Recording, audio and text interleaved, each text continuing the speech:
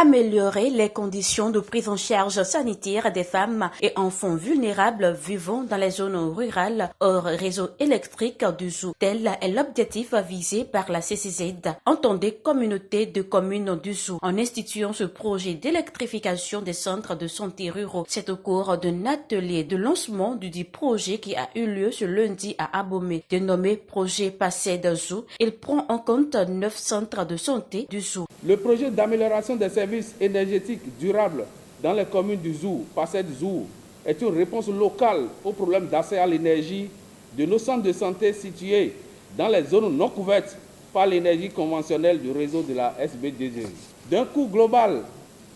de 206 millions de francs CFA, dont l'AIMF supporte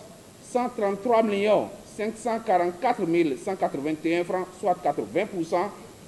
le département des Hauts-de-Seine, via Sens Bénin, 26 millions de nos francs, et la CCZ, 46 455 819. Pour le directeur départemental de la santé du Zou, Winok Goujo, ce projet d'accès à l'énergie durable vient à point nommé. Je sors de cette salle très enthousiasmé, très joyeux, parce que l'énergie électrique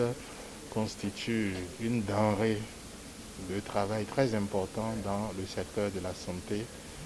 Et cela contribue à améliorer la qualité des prestations qui sont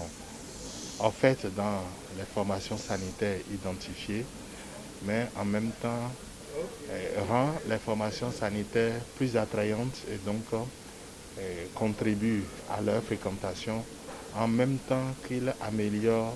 les conditions de travail du personnel de santé. Nous apprécions à sa juste valeur la pertinence du projet d'amélioration des services énergétiques durables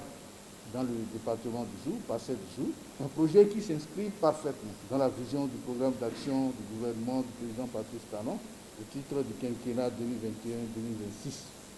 dont l'objectif général est accélérer le développement économique et social du Bénin. En bonus, il sera aussi réalisé des infrastructures dotées de systèmes d'irrigation solaire. Il sera aussi réalisé dans les pôles d'innovation verte, d'énergie rurale et de transformation, les infrastructures subséquentes, telles que la réalisation de forages dotés d'un système d'irrigation solaire dans les villages de Ronron et d'Abledi, dans la commune de Didja, de la fourniture de la pose d'incubateurs solaires d'une capacité de 500 œufs à Dovogon,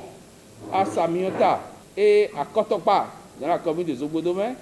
à Didja Centre, à Dogbanli, dans la commune de Zakota, à Kobe Centre, puis de séchoirs solaires à Ronron, dans la commune de Didja, et à Samiota, dans la commune de Zobodomé. Avec de telles initiatives, le secteur de la santé sortira à coup sûr de l'ornière et jouera véritablement le rôle qui est le sien.